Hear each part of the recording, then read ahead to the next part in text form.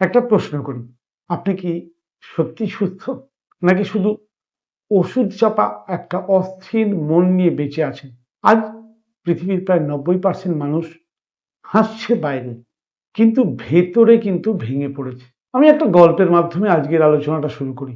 রাহুল একজন সাধারণ মানুষ, ভালো চাকরি করে, পরিবারের সবাই আছেন, তবুও রাতে ঘুম আসে না। মন অকারণে ভয় পায়, উদ্বেগ, মাঝে মাঝে মনে হয় সব ছেড়ে পালিয়ে যায়। রাহুল গেলেন ডাক্তারের কাছে। ডাক্তার বললেন অ্যাংজাইটি বা উদ্বেগ, ডিপ্রেশন অর্থাৎ অবসাদ, ওষুধ খান। রাহুল ওষুধ খেল, কিছুদিন ভালো লাগলো, তারপর আবার সেই একই জায়গায় ফিরে গেল। রাহুল তখন চিন্তায় পড়লো, কারণ রাহুল তো শিক্ষিত ছেলে। রাহুল বুঝলো সমস্যা মাথায় নয়, সমস্যার মূল খুঁজে আমাকে মূলে পরিবর্তন করতে হবে। বৈদিক দৃষ্টিতে বেদ বলছে মন তখনই অসুস্থ হয় যখন প্রাণ শক্তি এবং চেতনা এর প্রবাহ ব্যাহত হয়। এর মূল কারণ কিন্তু তিনটি: ইন্দ্রিয়ের অতিরিক্ত ভোগ, প্রকৃতি থেকে বিচ্ছিন্নতা এবং জীবনের উদ্দেশ্যহীনতা, অর্থাৎ মন হারিয়ে যায় তার স্বাভাবিক ছন্দ। আধুনিক বিজ্ঞানের মতে, আজ বিজ্ঞান বলছে 90% মানুষের মানসিক সমস্যা শুরু হয় গাট হেলথ থেকে। কারণ গাট ব্রেন অ্যাক্সেস, অর্থাৎ গাটের সঙ্গে মস্তিষ্কের যে সংযোগ। সেরাটোনিন হচ্ছে হ্যাপি হরমোন বা মনের হরমোন বলতে পারেন, মনকে ভালো রাখার হরমোন। এর 90%ই তৈরি হয় আমাদের গাট হেলথে, অর্থাৎ ইন্টেস্টাইনাল ট্র্যাকে। গাট খারাপ মানে মন খারাপ। তাহলে এই গাট হেলথকে ঠিক করাটা খুব জরুরি। গাট হেলথ ঠিক কিভাবে হবে? অস্বাস্থ্যকর খাবার কম খেতে হবে, গাট ব্যাকটেরিয়াকে ইমব্যালেন্স হচ্ছে যে কারণে সেটাকে আটকাতে হবে, আর মুড ডিসঅর্ডার কন্ট্রোল করতে হবে। ফল, যদি গাট হেলথ খারাপ হয়, মুড যদি খারাপ হয়, তাহলে ফল হবে অ্যাংজাইটি, ডিপ্রেশন, ব্রেন ফগ। এর সঙ্গে একটা জিনিস মনের উপরে বিরাট কাজ করে, সেটা হচ্ছে সূর্য রশ্মি বা সানলাইট। সূর্যের আলো যদি আমাদের শরীরে কম যায় বা কম লাগে, তাহলে ভিটামিন ডির ঘাটতি হবে। এক্ষেত্রেও মুড হরমোন ইমব্যালেন্স হবে। ফল হচ্ছে low energy, negative thinking, hormonal imbalance. আর একটা বড় জিনিস, সেটা হচ্ছে আর্থিং, অর্থাৎ মাটির সংস্পর্শে আমরা যদি না থাকি, তাহলে বডি ইলেকট্রিক্যাল ইমব্যালেন্স হয়। ফল কি হয়? স্ট্রেস হরমোন অর্থাৎ কর্টিসল বাড়ে, নার্ভাস সিস্টেম অস্থির হয়। আচ্ছা, এই ধরনের স্ট্রেস, অ্যাংজাইটি, ডিপ্রেশন এগুলো হলে আমাদের শরীরে কি হতে পারে? শুরুতে ছোট লক্ষণ দেখা যায়: অতিরিক্ত চিন্তা, অস্থিরতা, ঘুমের সমস্যা। পরে এটা আস্তে বড় হয়ে panic attack, depression, social withdrawal, মানে সমাজে কারোর সঙ্গে মিশতে ভালো লাগে না, কি বলবো, সুইসাইডাল থটস, আত্মহত্যার চিন্তা।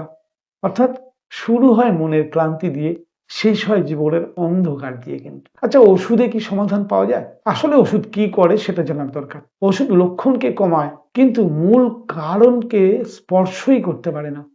তাই ওষুধ বন্ধ করলে সমস্যা আবার ফিরে আসে। ঠিক যেমন আগুনের ওপর কাপড় চাপা দিলে যা হয়, আগুন কিন্তু নিভল না, শুধু ঢাকা পড়লো। তাহলে আসল সমাধান কোথায়? একটাই পথ, মূল কারণ খুঁজে সেই কারণটাকে ঠিক করা। ততদিন পর্যন্ত ওষুধের সাপোর্ট নিন, কিন্তু কারণটাকে ঠিক করার দরকার। সবচেয়ে বড় কারণ গাট হিলিং, অর্থাৎ প্রকৃতির খাবার খান, ফার্মেন্টেড ফুড খান এবং প্রসেসড খাবার এড়িয়ে চলুন। 2 নম্বর, সূর্য সংযোগ, অর্থাৎ সকালে অন্তত পক্ষে 30 মিনিট সূর্যালোক স্ক্রিনে লাগান, গোটা শরীরে স্ক্রিনে লাগানোর চেষ্টা করুন।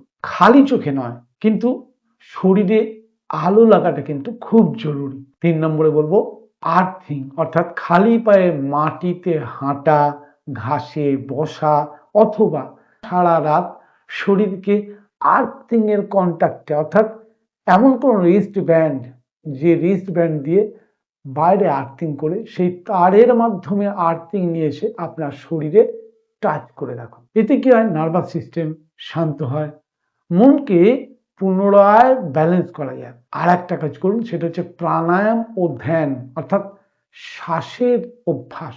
ডিজিটাল ডিটক্সও কিন্তু খুব দরকার, যেটা এই রোগের একটা মূল কারণ। সেটা হচ্ছে অতিরিক্ত স্ক্রিন টাইমকে কন্ট্রোল করা। এবার আসছি রাহুলের গল্পের শেষ পরিণতি। রাহুল কিন্তু এইগুলো পরিবর্তন করলো, প্রথমে ধীরে, তারপর নিয়মিত।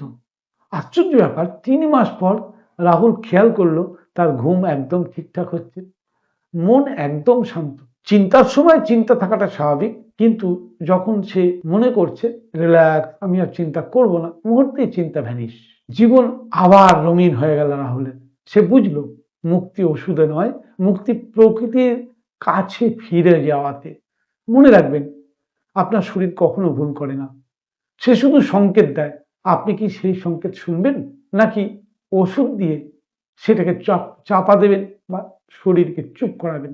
যদি আপনি সত্যি স্থায়ী সুস্থতা চান, তাহলে শুরু করুন আজ থেকেই শরীরের সিগন্যালের মূলে পৌঁছিয়ে তার পরিবর্তন। এই ভিডিওটা যদি আপনার চোখ খুলে দিয়ে থাকে, তাহলে কমেন্টে লিখুন, আমি আজ থেকে মূল কাজ শুরু করব। আর এমন আরো সত্য জানতে চ্যানেলটা সঙ্গে থাকুন। নমস্কার।